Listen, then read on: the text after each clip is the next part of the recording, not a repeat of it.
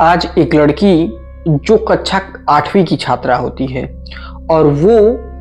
अपने घर से रोजाना की तरह स्कूल पढ़ने के लिए जाती है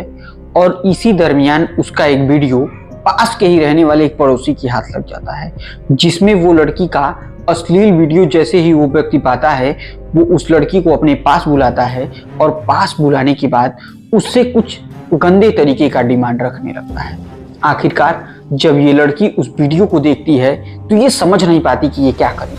आखिर उस व्यक्ति से अपना पीछा कैसे छुड़ाया। और ये लड़की न चाहते हुए भी उस व्यक्ति ने जो डिमांड किया उसे पूरा करने का फैसला करती है और उसका डिमांड ये होता है कि वो इस लड़की के साथ जिस्मानी संबंध बनाना चाहता था, लेकिन न चाहते हुए इस लड़की ने उस व्यक्ति को मना नहीं कर पाया और ये लड़की अपने आप को उस व्यक्ति के हवाले सौंप देती है, क्योंकि उसके बदले में ये उस व्यक्ति से एक वादा लेती है कि तुम मेरा वीडियो डिलीट कर दोगे ना। वो उस पर कहता है कि हाँ मैं तुम्हारा वीडियो डिलीट कर दूंगा, उसमें कोई दिक्कत नहीं है, लेकिन एक बार मेरे साथ तुम्हें संबंध में आना पड़ेगा। इस लड़की की उम्र अभी काफी छोटी थी, लेकिन ये अपने आप को बचाने के लिए, उस व्यक्ति से दूर करने के लिए वो हर चीज करना चाहती थी कि तुम कर लो लेकिन मेरी वीडियो डिलीट कर दो, वरना मेरी बहुत बदनामी हो जाएगी, मेरे माँ बाप की भी बहुत बदनामी हो जाएगी। नमस्कार दोस्तों, मेरा नाम आर्यन मिश्रा है और जुर्म के वर्चस्व की कहानी में आज की कहानी यकीनन बेहद खौफनाक, क्योंकि आज तक आपने किसी लड़की के साथ एक लोगों को रेप करते सुना होगा, 2 लोगों को, 3 लोगों को, 4 लोगों को, लेकिन आज की कहानी में इस सामूहिक बलात्कार में महज एक लड़की के साथ 1-2 नहीं बल्कि 64 लोगों ने बलात्कार किया। जब ये कहानी पूरे भारत के सामने आई, यकीन मानिए सबके पैरों तले जमीन खिसक गई, क्योंकि पूरे जुर्म के इतिहास में सबसे बड़ा मुझे लगता है कि सामूहिक बलात्कार का ये केस आज हम आपको सुनाएंगे। और ये सच्ची घटना दोस्तों भारत के केरल से शुरू होगी। इस कहानी को हम शुरू करें उससे पहले एक छोटा सा निवेदन, अगर आप चैनल पर नए हैं तो कृपया चैनल को सब्सक्राइब, वीडियो को लाइक और वीडियो को ज्यादा से ज्यादा शेयर जरूर कीजिएगा। तो देर न करते हुए दोस्तों आज के जुर्म के वर्चस्व की कहानी हम शुरू करते हैं। दरअसल ये कहानी शुरू होती है केरल की पाथिनाम चिट्ठा नाम का एक जगह पड़ता है और उसी जगह पर ये लड़की रहती है जिसका काल्पनिक नाम सोनी होता है। और सोनी अपने घर पर बिल्कुल इत्मीनान से रहती है और धीरे धीरे समय बीतता जाता है। पढ़ाई के दरमियान ये स्पोर्ट की तरफ बढ़ते चली जाती है और ये स्पोर्ट में भी काफ़ी रुचि रखती है। इसके साथ के एथलेटिक्स वाले खिलाड़ी इसका बहुत सम्मान भी करते हैं और इसके साथ काफ़ी बार अभद्रता भी करती थी। लोगों को ये बात समझ में नहीं आता था कि आखिर इसी लड़की को लोग टारगेट क्यों करते हैं। आसपास के लोग भी परेशान रहते थे, लड़कियां भी परेशान रहती थी, क्योंकि जिसे जब जो समझ में आता उस लड़की के साथ छूने की उसको अभद्र तरीके से कोशिश करता, हर बार उसे छूने की चाहत बनाए रखता था। लेकिन ये लड़की हर चीज से बार बार परेशान हो चुकी होती है और 13 साल से इसकी उम्र अब 18 साल के आसपास हो जाती है। लेकिन वो कहते हैं ना कि किसी न किसी रूप में एक बार भगवान आपको आपके साथ हुए अन्याय का बदला लेने के लिए किसी न किसी को भेजता जरूर है। और ठीक उसी तरीके से होता है। एक दिन इस घर पर एक एनजीओ के माध्यम से काम करने वाली महिला आती हैं और इस लड़की के घर का दरवाजा खटखटाती है। जैसे ही दरवाजा खटखटाती हैं तो ये लड़की दरवाजे को खोलती है और पूछती है कि जी मैम बताइए। तो वो अपने पूरा परिचय देती हैं, बताती हैं। और वो उस दरमियान जब उन्होंने इस लड़की को देखा और इसकी मनोदशा को समझने की कोशिश की तो उन्होंने लगा कि इस लड़की के साथ जरूर कुछ न कुछ बहुत बड़ा गलत हो रहा है, क्योंकि उन्हें इस चीज का देखने से ही एहसास हो चुका था कि ये लड़की बहुत परेशान है मेंटल रूप से और फिजिकल रूप से। आखिरकार जो वो महिला रहती हैं उनका नाम समाक्या होता है और वो उस एनजीओ के माध्यम से इस लड़की के अब काउंसलिंग कराने पर कार्य करने लगती हैं। और जब भी वो काउंसलिंग के लिए जाती तो उन्होंने सबसे पहले इस लड़की का एक्चुअल अभी का एज पूछा, तो वो एज तकरीबन 18 साल का था। और इसी 18 साल की इस लड़की के लिए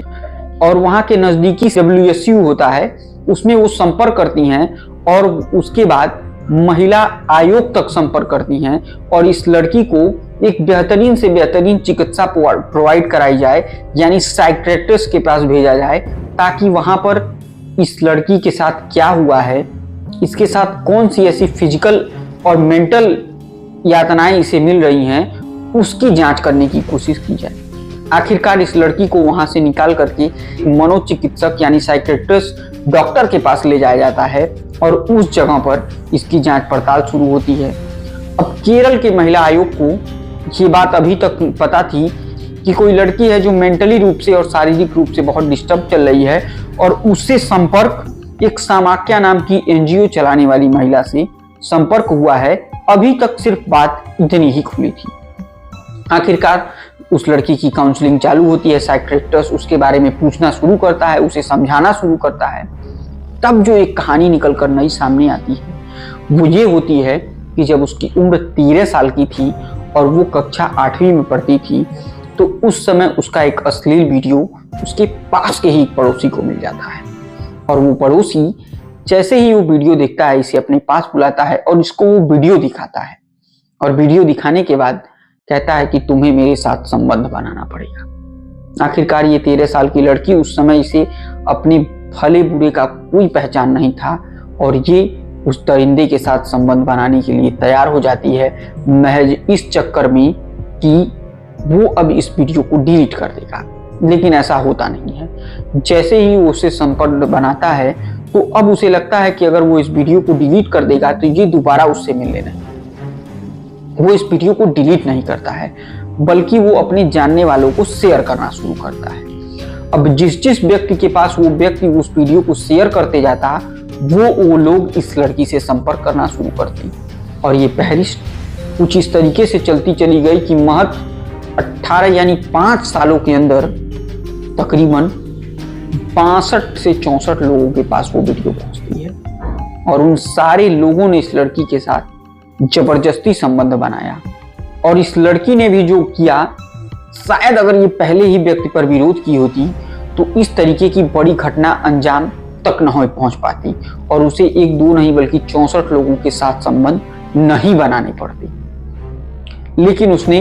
उस एक वीडियो को डिलीट कराने के चक्कर में न जाने कितने लोगों के साथ अपनी शारीरिक और मानसिक यातनाओं को सहा। उसके बाद जैसे ही बात साइकियाट्रिस्ट को पता चलती है तो यकीन मानिए वो मनोचिकित्सक डॉक्टर भी रोने लगता है और इसकी पूरी जानकारी महिला आयोग उस एनजीओ चलाने वाली समाख्या मैडम वह वहां के स्थानीय पुलिस को देते हैं। उसके बाद अब इस मामले पर और तेजी से जांच पड़ताल शुरू होती है। जैसे जैसे ये खबर मीडिया के सामने के माध्यम से पूरे केरल में फैलती है साथ साथ पूरे भारत में भी फैलती है तो लोग अपना सर पीटने लगते हैं कि महज 13 साल से 18 साल के बीच वाली इस लड़की के साथ उन 5 सालों में 64 लोगों ने दरिंदगी की सारी हदें पार कर दी। वो लोग यहाँ तक नहीं सोच पा रहे थे कि बेचारी ये बच्ची अभी नाबालिग है और इसके साथ ये करना बिल्कुल उचित नहीं है, लेकिन यहाँ मानवता सबकी मर चुकी होती है और उन्हें सिर्फ और सिर्फ अगर कुछ नजर आता है तो उस लड़की का जिस्म नजर आता है जिसमें वो दानवों की तरह उसे नोचते रहे और वो लड़की सिर्फ एक वीडियो के चक्कर में अपने आप पर इतनी यातनाएं सहती भी रही। और तो और दोस्तों, जब पुलिस छानबीन शुरू करती है इस पूरे मामले पर, जैसे ही एफआईआर दर्ज किया जाता है तो तकरीबन 6 लोगों ने अभी हाल ही में उस लड़की के साथ संबंध बनाया। अब ये सुनने के बाद उस एनजीओ की महिला भी रोने लगती हैं और पुलिस भी बिल्कुल सन्न हो जाती है और आनंद फानन में जैसे ही एफआईआर दर्ज होता है तो केरल के महिला आयोग ने तुरंत उस जिले के एसएसपी से बात किया और कहा कि इस पूरे मामले पर मुझे 3 दिनों के भीतर एक्चुअल रिपोर्ट चाहिए और इसकी जितने से जितने जल्द हो सके जांच पड़ताल शुरू की जाए। इस समय उस लड़की की उम्र 18 वर्ष है और यकीन मानिए कि पुलिस ने भी इस पर तत्परता दिखाई और अभी तक कुल 14 लोगों को गिरफ्तार कर चुकी है। गिरफ्तार करके उन्हें न्यायिक हिरासत में भेजा गया है और लोगों का नाम जुटाने की कोशिश किया जा रहा है और उस लड़की को अभी भी महिला आयोग अपने संरक्षण में रख रहा है ताकि उसे फिर इस प्रकार की कोई यातनाएं ना मिली। यकीन मानिए दोस्तों, जैसे ही वो किसी व्यक्ति को देखती है तो उससे दूर भागने की कोशिश करती है कि कहीं वो व्यक्ति भी उसे वो वीडियो दिखाकर उस तरीके से ब्लैकमेल ना करने लगे। इस तरीके से वो लोगों को देखकर भागना शुरू करती थी। हालांकि पुलिस जांच में ये भी बात सामने निकल कर आती है कि जब वो स्पोर्ट खिलाड़ी के तौर पर ट्रेनिंग के लिए जाती थी, खेलने के लिए जाती थी, तो उसके सहपाठी को भी ये वीडियो मिली थी और उसके माध्यम से उसके कई सारे सहपाठियों ने भी मिलकर उसके साथ इस तरीके की घिनौनी हरकत को अंजाम दिया। तो यकीन मानिए दोस्तों, महज एक वीडियो को डिलीट कराने के चक्कर में इस नाबालिग लड़की से बालिग होने तक में यानी तकरीबन 5 सालों में 64 लोगों ने किस कदर अपनी हैवानियत का खौफनाक चेहरा सामने लेकर आया, जिसे सुनने के बाद यकीन मानिए मुझे लगता है कि आपको भी यकीन नहीं होगा और इस लड़की के ऊपर क्या गुजर रही होगी ये हम आप शब्दों से ना आप सुनने से बयां कर पाएंगे और ना मैं इसे कह के बयां कर पाऊंगा। इतनी दर्दनाक और इतनी अभद्र तरीके के लोग होते हैं कि लोगों को बारे में सोचने पर भी दिक्कत होती है किस तरीके से लोग यहाँ पर रहते हैं। तो इस कहानी के माध्यम से आपको अच्छी जानकारी ये लगी होगी कि अगर आपका कोई इस तरीके का वीडियो या कोई क्लिप दिखाकर आपकी तरफ से कुछ भी करना चाहता है, कोई डिमांड कर रहा है, तो कृपया उस डिमांड को पूरी मत करिए। इस पूरे मामले को पुलिस तक पहुंचाइए ताकि आपकी अच्छे से मदद हो सके और आप अपने जीवन में इस तरीके की बड़ी घटना होने से अपने आप को बचा सकें। और दोस्तों, ये रोचक जानकारी जरूर सुनिएगा और अपने आसपास के लोगों को शेयर भी जरूर करिएगा। तो ये थी आज के जुर्म के वर्चस्व की कहानी। कृपया वीडियो को ज़्यादा से ज़्यादा शेयर, चैनल को सब्सक्राइब और वीडियो को लाइक जरूर कीजिएगा। तब तक के लिए मुझे दीजिए इजाज़त। जय हिंद, जय भारत।